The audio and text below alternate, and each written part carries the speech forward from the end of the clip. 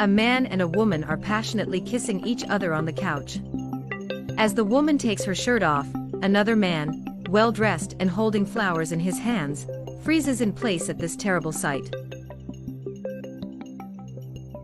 That's when he decides to take his cell phone out and take some pictures of this treachery. He then puts his cell phone back in his coat and takes his white cane, calling for his beloved, telling her he's at home.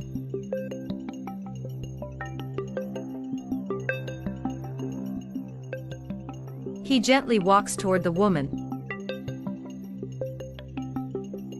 She's greeting him back as she's getting dressed. In a whisper, the man says she told him that her husband would be gone for 2 days, and at that moment, her husband says that he was missing her, and that he brought a surprise for her. She tells the other man to keep quiet. She now acts surprised and excited, trying to react as expected from her, but in the meantime, she goes back to their kissing. The man calls for her once more. She says she's on her way, but the other man grabs her. She now approaches her husband, telling him she missed him so, and greets him with a hug. She notices the roses and takes them, saying she loved the surprise. This is only a small gift for making me feel the happiest man alive. As he's tenderly touching her face, the man is also grabbing her from behind. After a long trip, the man says he wants to sit down and relax for a while, and she guides him there. The other man walks beside him, and he has to pretend he doesn't notice him. As they sit down, she keeps looking at her lover who's standing there impatient. The man is his brother.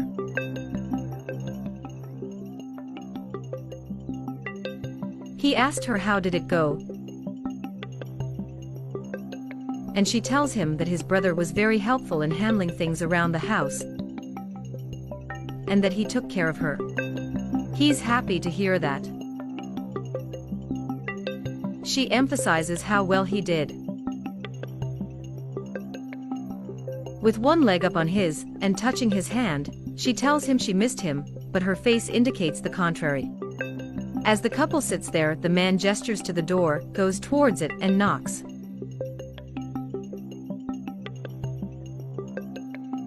Her husband asks who is it, and she suggests that it might be his brother at the door. He was the only one to go there. But he has a key. She tries to ignore this slip and happily walks to the door. He teases her up and she jumps on him. The husband sees that, but he'll keep his act for a while. He'll wait for the right time. She gets off him and opens the door, announcing that it's his brother. The man walks inside, acting surprised to see his brother there on the couch. He sits next to his brother. He says that he should have told them he was coming home, so that they had prepared a more warm welcome. He praises his brother for those words and tells them that he has a surprise for them. His wife is excited, but his brother seems suspicious. He tells them that they will spend 3 weeks at his country house. She says she would rather go just the two of them, but his family is her family. The man doesn't seem too sure about this, but his brother starts tapping on his legs to hurry him up to pack his things. His wife doesn't know what clothes she should take. Her husband warns her that the days there are uncertain, it can be cold or hot there. He suggests that she should pack all of her things and take them. She agrees. She says she'll pack all of her things and goes to her room, but not before giving a goodbye kiss to her lover. The man tells his brother the same thing. He should pack all of his clothes just to make sure. His brother thinks this surprise is a little odd. You didn't like it? I did. And he tells his brother to start packing too. The husband is devastated by this betrayal.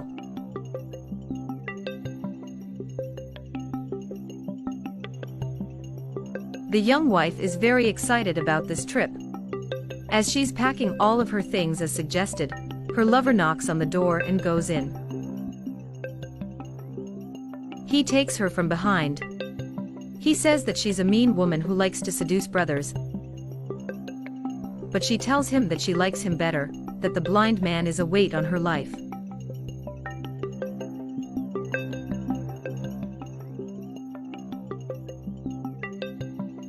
Those bastards. Right under my nose. His wife hears the noise from the white cane and asks if he's all right, but he tells her that it was just the sound of it falling to the ground.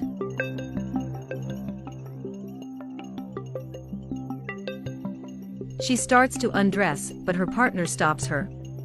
He tells her that they should come up with a plan to take everything from his brother. She doesn't understand why he hates his brother so much, but she tells him that he'll propose to her on this trip, so everything that's his will be hers.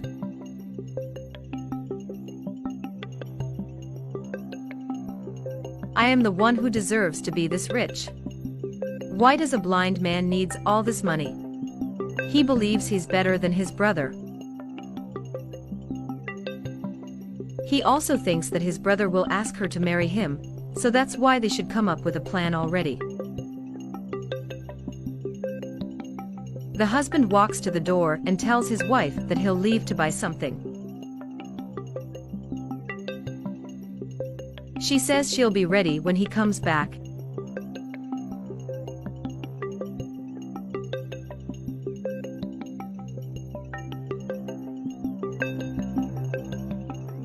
After a pleasant while, the husband comes back, now holding a small red box in his hands.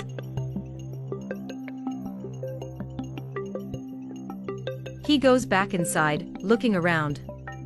He puts the box on the table and covers it with a small piece of cloth. After that, he tells his wife that he's home. She hears it and tells him she is coming. They gather themselves in the living room. The man says he's hungry, and the woman tells him to be patient, but her husband tells her that this will be his brother's last meal before their trip. He asks her to make something for them. They think is a good thing to eat before they leave, so his wife goes to the kitchen to check what they have in their fridge. As they wait, the brother takes his blind brother to sit. He sits beside him and says that's a beautiful day outside. He imagines it is. His brother moves his hand in front of his brother's face, smiling. He sees the woman carrying a food tray, and she says that these were in the fridge. Try it. The brother takes her hand, saying that's good. Her husband asks for some food, and she takes a small fruit. His brother licks it and she feeds it to her husband, while the brother laughs. She gestures for him to stop, and she feeds him another one.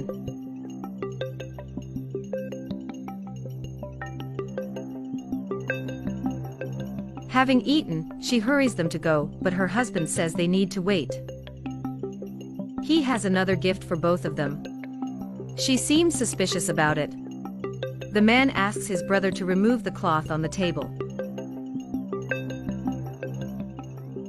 She is very happy to see the box. She takes it and he asks her to open it. It's the picture from earlier. She's absolutely terrified. She takes it and shows it to the brother, who is astonished by this sight. You thought you could trick me. I found out about everything. She calls him a liar for acting like a blind man this whole time, but he orders her to shut up. He did everything for her. His brother says this is a misunderstanding, but he tells him to shut up. Their mother would be disgusted by this. She tries to pin this on the man's brother, that she was alone and he seduced her, but he says she's lying, that she must have put something in one of his drinks. She calls him a liar and the man says he has proof.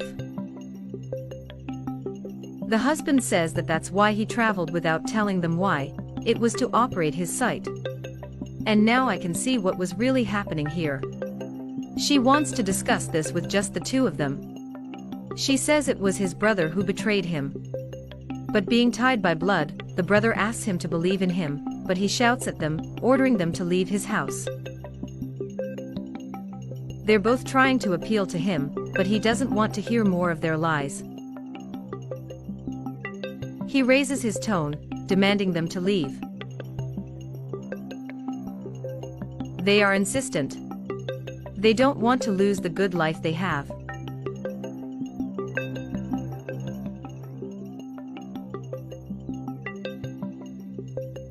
Are you really going to put your own blood out of the house? You are my brother no more. And he hurries him out of the house. When the man opens the door, he takes the bags with their clothes and throws them out. He can only ponder about this enormous betrayal, which he had the displeasure to see.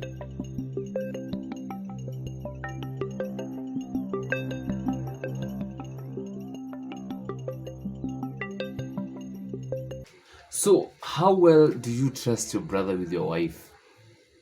Or how do you trust your sister with your husband? Guys, please be precautious. There are people who don't have a heart. There are people, even if they are your blood brothers or sisters, they're jealous of you. They want to have everything by the side. So be cautious and be keen. This is just a lesson for you all. If you have not subscribed to my YouTube channel, please subscribe and peace out.